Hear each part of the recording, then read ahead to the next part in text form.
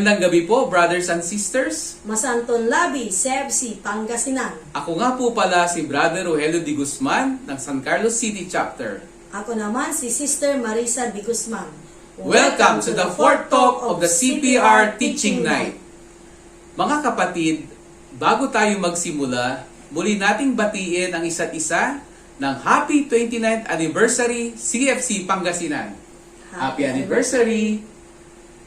Kaya sa mga kapatid natin na nakatune in na, mag-aral at mag-enjoy po tayo ngayong gabi kasama ang Panginoon at ang kanyang mga instrumento. Sa mga kapatid natin na di pa nakatune in, tara na po! Batid po namin ang saya at pasasalamat sa ating poong may kapal at ang patuloy na pag-usbong ng ating personal na relasyon sa Panginoon at sa ating mga kapatid sa CFC sa darating pang mga anibersaryo. Tama ba ako, mahal? Siyempre naman mahal, nanginginig pa. Ang pag-usbong ng ating pananampalataya at ministry ay lalong yayabong sa pamamagitan ng CPR. Oops, hindi po ito yung cardiopulmonary resuscitation, but it is the Christian personal relationship which gives the CFC members practical teaching on how we can relate as true brothers and sisters to one another. By of course expressing our love for each other through honor and respect, speech, and even correction. Yun pala ang meaning ng CPR, Christian Personal Relationship. Pero naisip ko lang, parang yung CPR parang cardiopulmonary resuscitation din, na ibinibigay para mailigtas ang buhay. Itong Christian Personal Relationship din ay binibigay para mailigtas ang kaluluwa. Tama ba ako, mahal? Siyempre naman, nanginginig pa. Ang galing naman ng analogy na yon. Wala akong masabi talaga. Anyway, brothers and sisters, I know you're excited to learn more about Christian personal relationship. So at this juncture, may I call on Brother Honorato Nato de Vera and Sister Mila de Vera, the unit heads of Mangaldan Chapter, for tonight's opening worship. Good day, brothers and sisters. I am Honorato de Vera, a CFC member since 2013 and currently serving as the unit head of CFC Mangaldan Unit 2. Brothers and sisters, we all know that as servants of God and as soldiers of His faithfulness and love, we are called to be prayerful, joyful, and grateful. And here in this community, I have learned to always be grateful and joyful because I know na kahit anuman ang pinagdadaanan o pagdadaanan ko ay kasama ko ang Diyos at sasamahan ako ng Diyos at hinding-hindi niya ako iiwanan. With this in mind, serving the Lord always gave me a smile on my face. And in serving the Lord, my dear brothers and sisters, let us all smile. Alam nyo ba na may ibig sabihin ang smile? Okay, sasabihin ko sa inyo. Letter S, serve the Lord with joy and gladness. Letter M, make sure that relationships matter more than work. I, imitate Jesus while serving. L, listen to God. And letter E, entrust everything to God. So if you are grateful and ready to embrace the Lord with a smile on our faces, let us worship and sing His praises as we come before the Lord in the name of the Father, and of the Son, and of the Holy Spirit.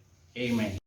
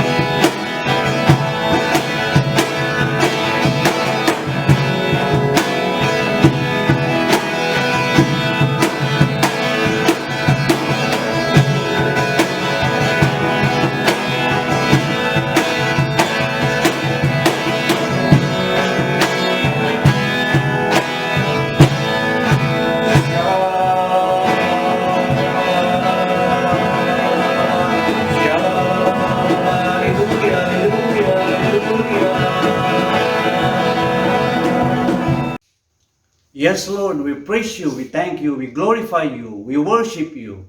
Thank you, Lord, for all the love and graces that you have continuously giving us. Thank you for the strength and good health. Thank you for continuously calling us to be more faithful, grateful, and joyful. Thank you for teaching us your ways. Thank you for everything and everyone that we have in our lives that came from you, O Lord. Lord, we pray that may you continue to bless us with more love and graces. Teach us more to be like you. Open our eyes to see the blessings even in simple things that we have in our lives. Grant us more good health and strength to be able to take part in the mission of spreading your word of love with joy in our hearts. We pray for your plans in our lives. We also pray for our personal plans to be in line with the plans you have in us. Lord, we pray for every brothers and sisters all over the world that may you sustain them, bless them, and use them to proclaim the faith. We pray for our families that may you continue to unite us in your love and warm embrace.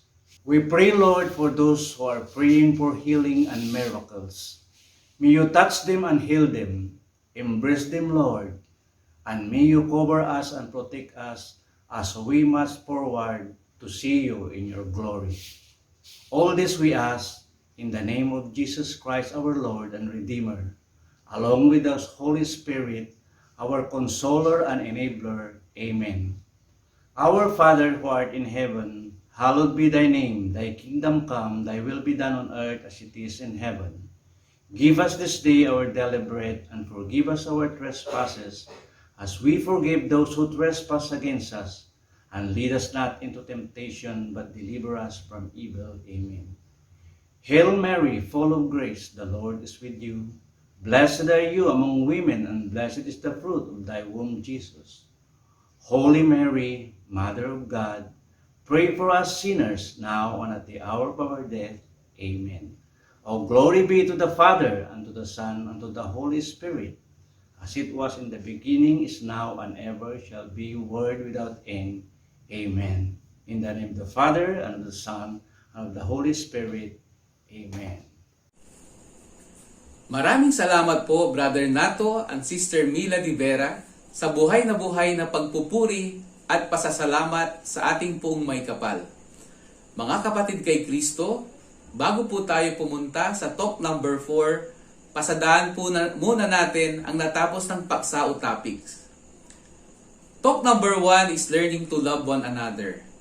It reminds us all to be a family conformed to God's ways and transformed by His love, while talk number 2 is honor and respect. Honor and respect must be the hallmark of our relationship in CFC. And of course, talk number 3 is taming the tongue. It is an amazing topic which encourages us to use our tongue for blessing, honor, and encouragement rather than for evil and destruction. Eh, ano naman ang talk number 4? Correction. Ba't ba ako kinukorek? May mali po ba ako? Hindi mahal. Ang talk number 4 ay may pamagat na correction. Dalawang mahalagang tanong ang masasagot ngayong gabi. Una, kapag kinukorek tayo, paano tayo nagre-react? What is our attitude to correction? Pangalawa, paano tayo nagbibigay ng correction o pagtatama sa iba? How do we give correction? So para po turuan tayo na sagutin ang mga tanong na ito, narito po ang ating speaker ngayong gabi. Siya po ang sector head ng Central 2 sa Mangaldan, Pangasinan. May bahay niya si Sister Mayet de Guzman Esmundo. May 4 po silang anak, 1 lalaki at 3 babae. Please welcome our speaker for CPR Talk 4, Brother Luisito, CHITO, Esmundo. Palakpakan po natin si Brother CHITO. Good evening mga kapatid, lalong-lalong po sa ating very energetic na MC na si Brother Rohel de Guzman and Sister Marisa de Guzman. Maraming salamat brothers and sisters. Ngayon naman po sa gabing ito, ang ating pong topic correction. Napakaganda pong topic na ito dahil dito po natin makikita na marami sa atin ang ayaw na ikinokorek o itinatama. Siya nga po pala, ako po si Brother CHITO Esmundo from Mangaldan, Pangasinan. At ang aking pong asawa ay si Sister Mayet de Guzman, Esmundo. Meron po kaming 4 na anak, katulad po ng sabi ng ating MC kanina. Ang aming pong mga anak ay 1 lalaki at 3 babae. So yun lang po. Ngayon po, ang ating pong topic ngayon ay correction. Base po sa Ephesians chapter 4 verses 17 to 24, which is renewal in Christ. Ito po ang ating introduction. So I tell you this, and insist on it in the Lord, that you must no longer live as the Gentiles do in the futility of their thinking. They are darkened in their understanding and separated from the life of God because of the ignorance that is in them due to the hardening of their hearts. Having lost at all sensitivity, they have given themselves over to sensuality so as to indulge in every kind of impurity, and they are full of greed. That, however, is not the way of life you learned. When you heard about Christ and were taught in Him, in accordance with the truth that is in Jesus, you are taught with regard to your former way of life, to put off your old self which is being corrupted by its deceitful desires, to be made new in the attitude of your minds, and to put on the new self, created to be like God in true righteousness and holiness. Renewal in Christ. Christian life involves more than a change in our relationship with God. It involves a change in our way of life. We are to put on Jesus Christ, and we need to unlearn some things and learn others. Let us see, change comes about in many ways. Our realizing the need, God is speaking or acting in our lives. Help of brothers and sisters through correction. Our attitude to correction. We should love correction. Ito po ang sinasabi ko kanina na marami po ang hindi nakakaintindi o sumasama ang loob pag po sila ay ating tinatama. But ayon po sa Proverbs chapter 12 verse 1, whoever loves discipline loves knowledge, but whoever hates reproof is stupid. Marami po yung ganyan. Kaya ngayon po, we should want to have our wrongdoing or things we don't do so well exposed. In chapter 3 verses 9 to 21, this is the verdict. Light has come into the world, but people love darkness instead of light because their deeds were evil. Everyone who does evil hates the light. Marami po ang nangyayari sa ganyan. So pag ikinukorek po natin sila, ang yung mga naliligaw ng landas, ayaw po nilang tanggapin. Mas gusto po nila manatili sa kadiliman. At galit na galit po sila sa liwanag o yung katotohanan. And they will not come into the light for fear that their deeds will be exposed. But whoever lives by the truth comes into the light, so that it may be seen plainly that what they have done has been done in the sight of God. Ganun nga po yun. Mahirap po na tanggapin, kuminsan, lalo na sa mga taong matitigas ang ulo na ayaw tumanggap ng kamalian, ay ayaw po nila na sila ay itinatama. We should want to have our wrongdoing or the things we don't do so well exposed. Old nature hide our wrongdoing or things not done well. But the mind of Christ is to bring those to light, so there can be positive change and healing if necessary. We should want to have our wrongdoing or things we don't do so well exposed. It is okay not to be perfect. Wrong attitude, yung pong mali nating ugali. I'll strengthen it out first, then I will tell you. Ibig kong sabihin, tatama muna kita bago ko sabihin sa iyo, which is mali po yun. Ang dapat po natin gawin, as brethren, to help out now.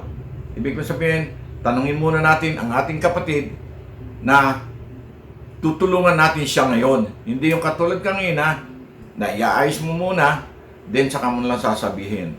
Yun po ang wrong attitude at ito po ang right attitude. Have the right response to correction. For wrongdoing, repent and ask forgiveness, make restitution, make the necessary change. Ang ibig pong sabihin niyan, matuto po tayo na magresponde o pumayag na itama ang ating kamalian. Pumayag po tayo o tanggapin po natin ang pagkukorek ng iba sa atin. For something not done well, but not wrongdoing, be eager to learn, make the change. Dapat po, very willing tayo na matuto at very willing tayo na magkaroon ng pagbabago. Hindi po katulad na iba na pagsasabihan mo, wala lang. Our attitude to correction. Don't be defensive. Ay, marami po sa atin ng ganyan. Na hindi pa man, nangangatwira na. Katulad po nito, I didn't do it. It wasn't wrong. It wasn't my fault. Sinasabi po nila agad, pag umpisan mo pa lang silang pagsabihan, aba, hindi ko ginagawa yan. At saka hindi mali yan. At yan, hindi ko kasalanan. Ganyan po ang mga defensive person. But doon po sa ibang tao, be grateful and thank those who correct us. Meron po ibang tao na natutuwa sila na sila ay itinatama. Masaya-masaya po sila na sila ay tatama natin. Kabaligtaran po ng isa na ayaw nila, itatama sila na very defensive sabi nga. Pero dito po ay iba. Correction is valuable. It is often hard and even costly for others to give correction. Correction is a sign of one's love for us, not a put down or rejection. Tama po yan. Yung nga pong iba, pag itinatama po natin sila o tinatama po ng ibang tao sila, yun po senyales na talagang mahal tayo ng tao. Hindi po yun senyales na ipinapakita natin na or inire-reject natin sila, tina-turn down natin na sila ay kinokorek natin or itinatama. How do we give correction? Meron pong dalawang magkakaibang approaches. Two different approaches. The worldly approach, complain. Ito po, ugaling-ugali po natin ito. Lalo na kung tayo may household, lalong-lalo sa mga may pupuntahan. Why are you always late? Re-responde nung po yung iba agad. No, I've told you once, I've told you 1,000 times. Magagalit na po sila o magdadadakdak na. Kuminsan man po, pressure. If you don't stop nagging, I won't come home. Hindi po ako ganun. Napipressure po sila. Pero meron naman po yung iba, criticize. You're one of the sloppiest people I know. Pag sinasabi mo pong gano'n, galit pa rin sila. Kini-criticize mo kung ano-ano nasasabihin sa iyo. Marami po. Dakdak na ng dakdak. Ito po, make feel guilty. I guess you just don't care that I've been here waiting for you all this time. Ayun nga po, sinasabi natin, wala silang pakialam kung ikaw ba ay naghintay o hindi. Wala rin silang pakialam na palagi na yon ang ginagawa niya sa inyo. Wala silang pakialam kung ikaw man ay mapanis o mabulok sa kahihintay. Manipulate. Wife is late, so sit in car waiting with the engine on para pong tinamaan ng kamya. Kasi po, ako sa ugali ko, kapag ang aking hinihintay, ang aking misis, narilate, sasakay na po ako sa aking sasakyan, waiting with the engine on. Pero hindi lang po ganon.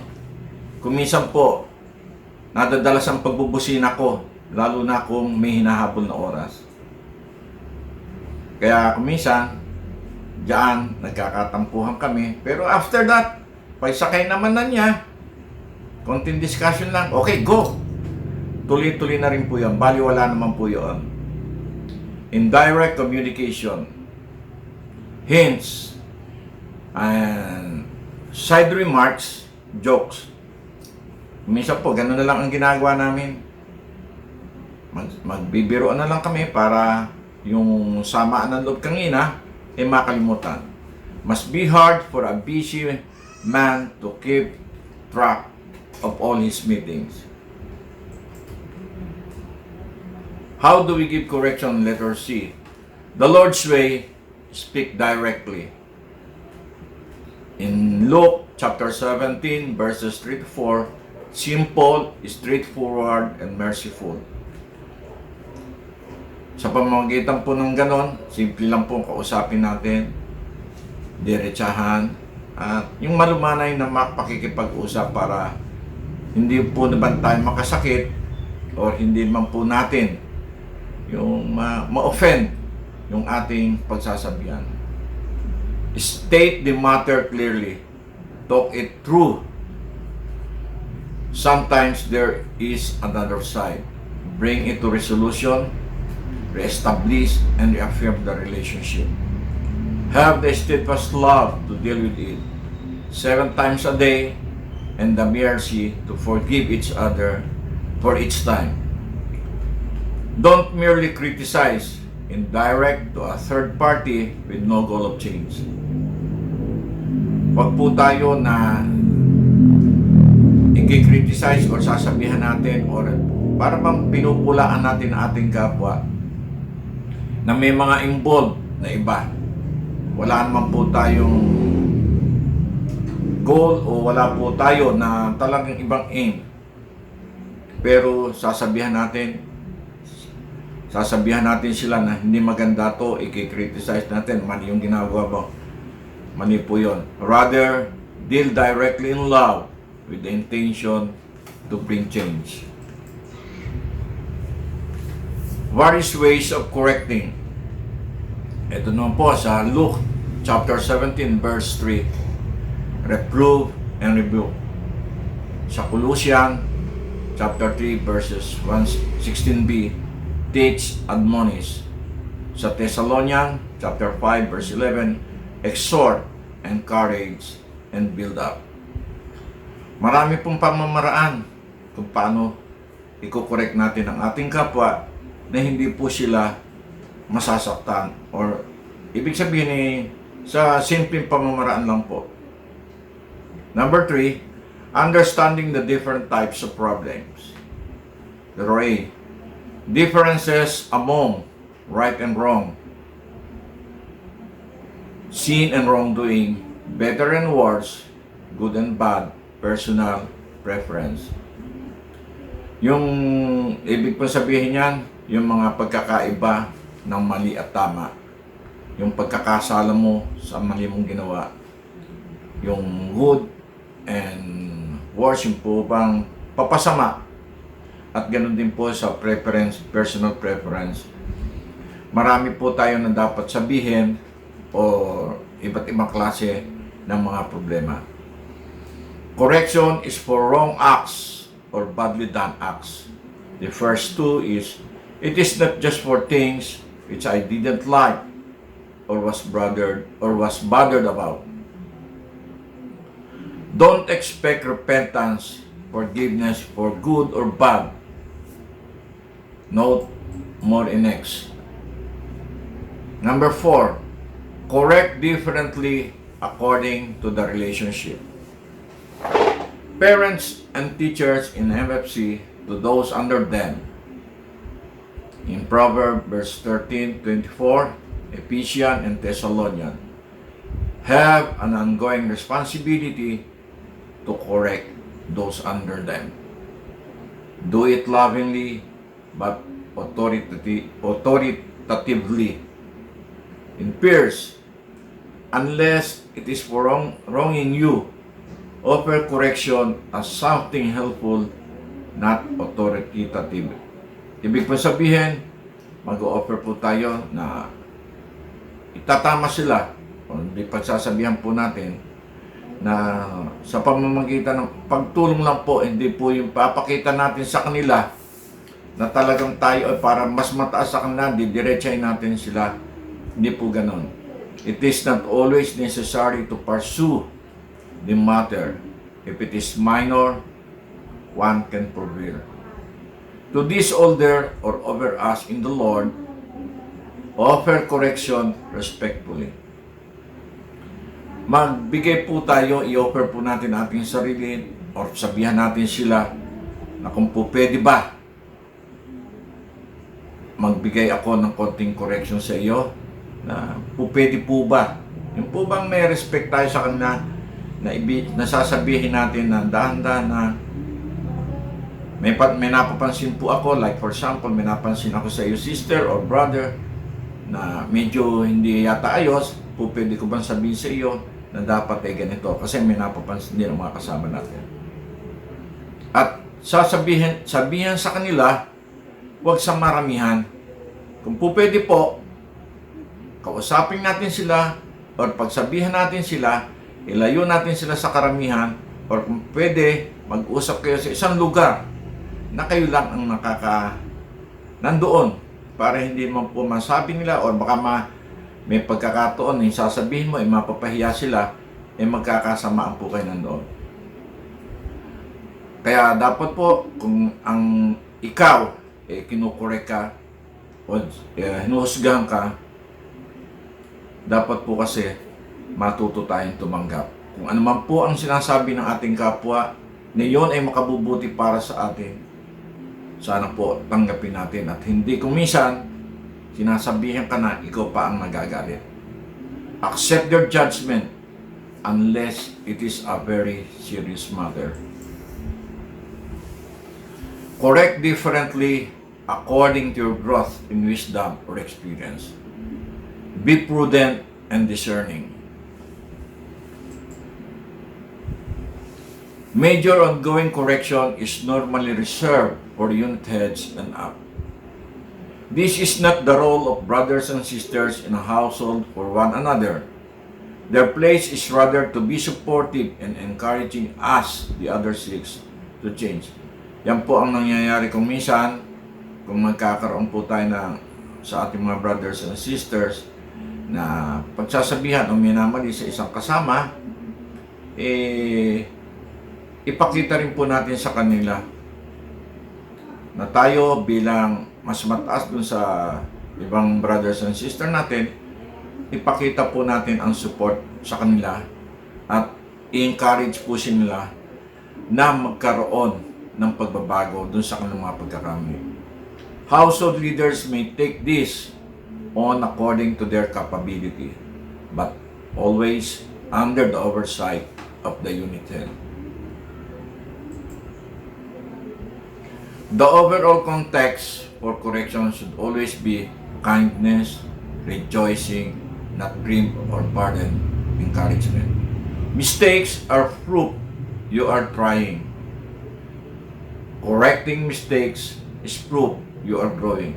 Napakaganda pong niyang sinasabi na ito, na ang ating kamalian ay palatandaan na ikaw ay nagtatry na yun ay itama. Kung ang correction naman po, yung pagtatama ng ating mali ay katotohanan na tayo ay nag-grow or yung po ba na ano po ba sa Tagalog yung masasabi natin na tayo ay natututong tumanggap at natututo tayo na yung mga mali po pwedeng itama. Hindi po yung ayaw nating tumanggap kung ano man ang sasabihin ng ating kapwa, ipagmamatigas pa natin. Bakit? Ako leader, bakit mo ako itatama? Meron pong gasing ganun eh. Pero mali po yun. Napakaliwanag po na sinasabi ngayon, mistakes are proof you are trying. Correcting mistakes is proof you are growing. Mistake plus correction equals learning. Ayan po, katulad po ng sinabi ko kanina, na ang mali at ang pagtatama sa iyo ay nangangahulugan ng kalalabasan nun, ikaw ay matututo. Conclusion ay, malapit na pong matapos. Conclusion na po. Our underlying attitude towards our brothers and sisters should be to become channels of favor and grace. We need to manifest real love and a desire to see them move on in the Lord. Satan is the accuser of the brethren, while the Holy Spirit is the paraclete, the advocate. Let the Holy Spirit change us to be like Him. Katulad ng palagi na naman natin po sinasabi, na si Taning palagi lang nandyan sa ating tabi. Siya po ang nagpo-provoke para sa atin na tayo gumawa ng mali. Kasi po di po ba nag-CLP tayo? Maraming rason, maraming dahilan. Kung minsan, papasok ka na, pupunta ka na sa CLP, sa venue ninyo, nagkakaroon pa ng problema. Yan po si Taning, na palaging nasa tabi natin, na hanggat maaari, huwag tayong makatapos na ating CLP, at huwag tayong mapalapit sa ating Panginoon. Pero nandyan man po ang Holy Spirit, na palaging nagpoprotekta sa atin, nagtatanggol sa atin. So, let the Holy Spirit change us, be like Him. We need to be, for our brothers and sisters, come to their defense, encourage them, show kindness, patience, and forgiveness. Sabi nga po sa Colossians, chapter 3, verses 12 to 14,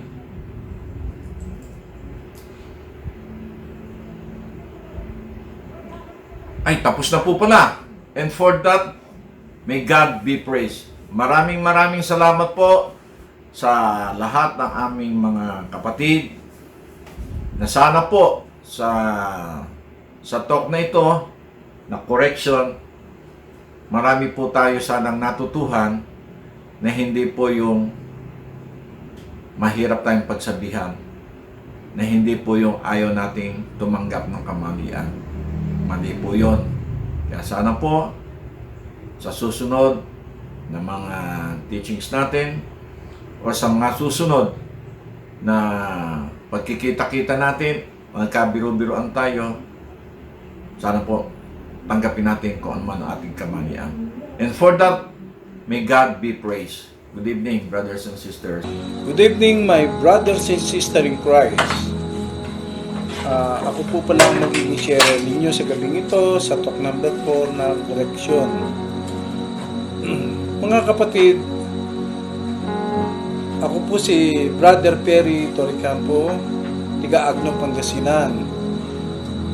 Kami po ni Tita ay na-evangelize sa Riyadh, Saudi Arabia. Mga kapatid, maraming salamat po sa CFC at yung akin pong paniniwala before ay naitama at naging maluwag po sa aking kaisipan na yung palang mga nagawa kong pagkakamali ng mga nakaraang panahon, yung po pala ay itinama po ako ng ating pong kapatid din sa CFC. Dahil po that time po, Ang paniniwala ko po, bilang isang Kristiyano, ako po ay mabuting tigasunod. Mananampalataya, tigasunod. Ikalawa po, ang naisip ko po nung palagi ay nagsisimba naman ako palagi. Bakit po kailangan may mga i-correct pa sa aking buhay? That time po mga kapatid, nasabi ko po sa aking sarili na to accept po sa mga correction, kailangan po pong maging honest po ako at maging mapagpakumbaba, tanggapin po at ihingi po ng kapatawaran ng aking pong mga nagawang pagkakamali. Hanggang sa nag-grow po kami ni Tita dito sa community po. At ganoon din po dahil po naging household leader na rin po kami ni Tita. As times goes by, nag-grow po kami. At dito po sa pagkakataong ito, ang aking pong pagkakamali ay talagang tinanggap kong maluwag sa aking pong kaisipan. Hanggang sa one time po nagbabasa ako ng Bible regarding din po sa correction. Nabasa ko po sa isang sa nag-googles po ako.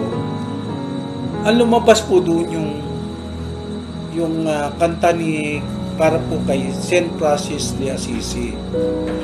At yun nga po ay naging isa pong instrumento po na yun po pala ay magiging instrumento para sa aking buhay para po i-correct din po ang ating pong mga kapatid na nagkakaroon po ng mga struggle, mga pagkakamali sa buhay ay inilalapit po sa amin at hinihingi po kung ano daw pong advice ang may bibigay po namin.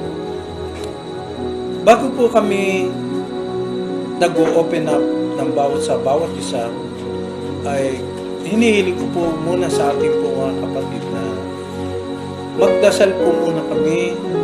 Let the Holy Spirit be with us. Gabayan po kami ng Holy Spirit sa aming po pag-uusapan na naging problema po ni Tito at ni Tita. Doon po pumasok po sa aking kaisipan yung pong sa prayer po at song by for Saint Francis de Assisi na sinabi nga po doon na make me a channel of your peace. When there is hatred, let me bring hope. When there is injury, your pardon, and when there is doubt, true faith in you. O Master, grant that I may never seek so much be to console as to console, to be understood as to understand, to be loved as to love with all my soul. Kaya po mga kapatid, dito po ang aking pong naging gabay sa aking pong mga kapatid na humihingi po ng mga advice.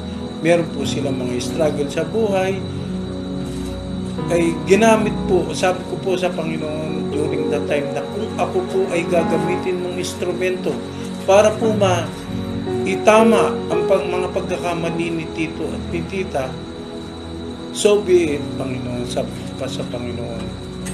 Hanggang dumating nga po ang pagkakataon na sinabi po na one time po, nag-open up na po si Tito at si Tita sa akin. So, dahil po, the Holy Spirit is with us at ginaid naman po niya ako kung ano po ang dapat kong masabi sa kanila. Dahil bilang isa po sa mga nilapitan nila na siguro po sinasabi ni Tita na maitatama at makakapagbigay ako ng advice sa kanila para po itama kung ano man po ang kanilang suliranin. So, Sinabi ko po kay Tito, Tito, maging mapagkumbaba tayo sa bawat isa. Kung ano ang pagkakamali mo, itaas mo at ihingi mo ng kapatawaran. Ganun po ang ginawa ni Tito. As times goes by, mga kapatid, si Tito po at si Tita ay napakalaki ang naging improvement. Talaga pong nakita namin kung paano po sila nag-grow sa community, mga kapatid. Doon nga po pumasok ang kasabihan po na, if God is with me, who will be against me? Mga kapatid, may God be praised. Maraming salamat po at good evening. Maraming salamat po sa napakagandang pagpapaliwanag sa topic na correction. Bigyan po natin si Brother Chito ng virtual clap. Tunay nga na walang taong perpekto, kaya dapat matuto tayong tumanggap at magbigay ng correction sa ating mga pagkakamali. Muli, maraming salamat po. Kumusta na po kayo? Nandyan pa po ba kayo at nanonood? Sigurado ako naman, marami tayong natutunan ngayong gabi. Ikaw, mahal. Nalaman mo ba ang sagot sa question na what must be our attitude toward correction? Siyempre naman, mahal. Nasa Proverbs chapter 12 verse 1. We should love correction and we need to have the right response to correction. Ikaw naman, mahal, how do we give correction? Lagi nating tandaan na the overall context for correction should always be kindness and rejoicing in encouragement. In addition to that, being Christians, we should become channels of favor and grace to our brothers and sisters. We need to manifest real love and a desire to see them move on in the Lord. This one is beautifully stated in Colossians chapter 3 verses 12 to 14. And I quote, "Therefore, as God's chosen people, holy and dearly loved, clothe yourselves with compassion, kindness, humility, gentleness, and patience. Bear with each other and forgive one another. If any of you has a grievance against someone, forgive as the Lord forgave you. And overall, these virtues put on love, which binds them all together in perfect unity." At ngayon, mga kapatid, para po sa ating closing prayer, tinatawagan po namin si Brother Wilson Lee, ang sector head ng Eastern Pangasinan, to do the honors. Good evening, brothers and sisters. Let's have our closing prayer. Let's all feel the presence of our Lord. In the name of the Father, of the Son, of the Holy Spirit. Amen. Father in heaven, we praise and thank you for this wonderful teaching you have given us. Thank you for our speakers. Thank you for our MC, for our leaders in the community.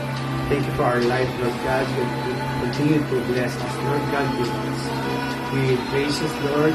We thank you for our family, our children, for work, Lord God. We thank you for all the members who attended tonight, Lord God. May we nourish our spiritual life, Lord. We also pray for our continuous wisdom, Lord God, continuous guidance of the Holy Spirit. May we also have protection from this COVID, Lord God. Lord, dinadalangin din po namin na sana patuloy na pangalagaan niyo po ang bawat isa at sa magkaroon pa rin po kami ng maraming teaching na katulad dito, Panginoon, para maging matibay ang aming pananampalataya sa inyo. We pray that you will always be on our side, whatever happens to our life. All of this, Lord, we ask in the mighty name of your Son, Jesus Christ, who lives and is with you, one God, forever and ever. Amen. The glory be to the Father, to the Son, to the Holy Spirit, as it was the beginnings, now, and ever shall be, world without end. Amen. Father, the Son, and the Holy Spirit. Amen. Maraming Maraming salamat po, Brother Wilson. Thank you po, brother. Bago po tayo magwakas, ay pasalamat din po natin ang mga instrumentong ginamit ng ating Panginoon ngayong gabi. Una po kay Brother Luisito, CHITO, Esmundo, ang ating speaker, Brother Nato and Sister Mela de Vera para sa pag-lead ng opening worship. Our warmest gratitude din po sa ating AGT leaders, Brother Dominic Sanchez and Brother Morris La Vitoria. Ganon din sa aming sector heads, Brother June and Sister Loida de Guzman. At syempre sa ating pong lahat, maraming salamat po sa oras na ibinigay nyo ngayong gabi. Maraming salamat din sa oportunidad na ibinigay nyo sa aming mag-asawa. At higit sa lahat, maraming salamat sa ating Panginoong Hesus. Lagi po nating tatandaan na alalayan at samahan natin ang ating mga kapatid papunta kay Kristo ng may malasakit, Kabaitan, kababaang loob, kahinahunan, at pasensya. Balbalag na salamat at si kayon amin. This is Brother Rohel. I am Sister Marisa. We are signing off. God bless! Yeah. Come on now. Let's walk, let's walk. Let's walk with faith. Let's walk with Him. Let's give our most, not just our best. Give till it hurts. It's love that transforms. The answer He needs to lift up the poor. Let's walk with faith. Let's walk with Him. Let's give our most, not just our best. Give till it hurts. It's love that transforms. The answer He needs to lift